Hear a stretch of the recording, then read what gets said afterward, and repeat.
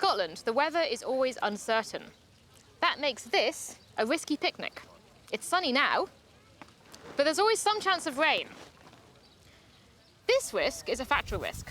It arises from uncertainty about a matter of fact, the weather. It's getting a bit cold, guys. This picnic is risky not only because it's in Scotland, where it always might rain, but because there is meat here.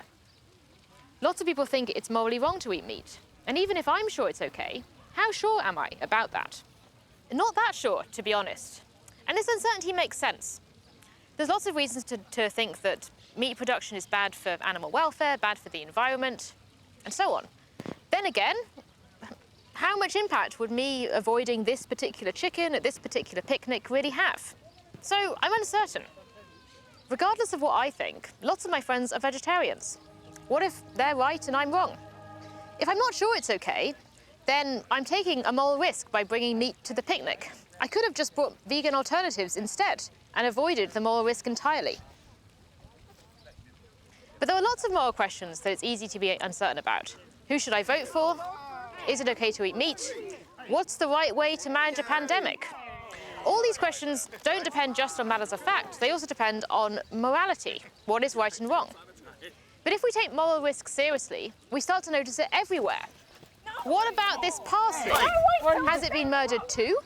Fruitarians would think so. They think that just as it's wrong to kill animals for eating, it's also wrong to kill plants to eat them.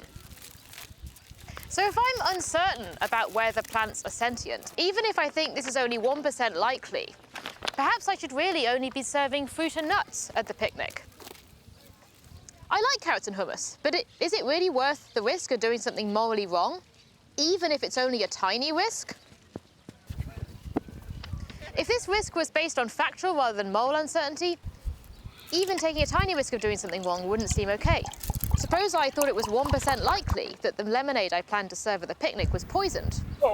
Then it definitely wouldn't seem morally okay to take that risk. Shouldn't we treat moral risk in the same way? Well, if we try to, we might end up having to do some things that seem extreme, like eating only fruit and nuts at our picnic. That's because moral risk is everywhere. We often face massive epistemic barriers to knowing what is right. Moral views that were held in the past about slavery, the rights of women, and also potatoes today seem to us wrong and bizarre. In 18th century France, it was illegal to grow or eat potatoes. So what seemed obvious back then seems bizarre to us today. And how sure are we that we won't also be judged as bizarre by future generations? Moral risk is also high when problems are new and we don't know how to respond. Consider the COVID pandemic. Many countries responded differently, some locked down, others didn't, and these reflected different views about what was important, different moral values. Some philosophers have been puzzled by this.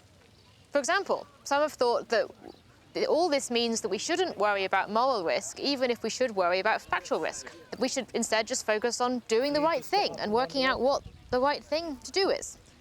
But that's easier said than done. And should we really ignore evidence that we might be wrong in our opinions about what is right?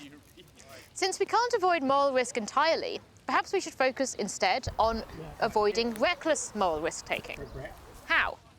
Well, the law says that recklessness is knowingly taking an unjustified risk. That's ours! Outrageous! Working out whether a risk is reckless means working out whether it is justified. What is at stake and what are the reasons for taking the risk?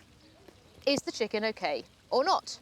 Well, that depends. What is at stake if you're wrong about it being okay? And what is your reason for eating it? I guess that it tastes good. And is that reason a good enough reason to justify the risk of eating it if it turns out that you're wrong?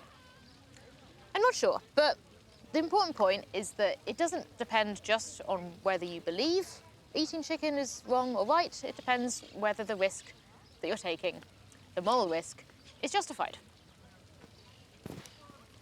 Hi. Yeah. Hello. I'm going to have some carrots. Carrots are good. We all got KFC after it. I don't know.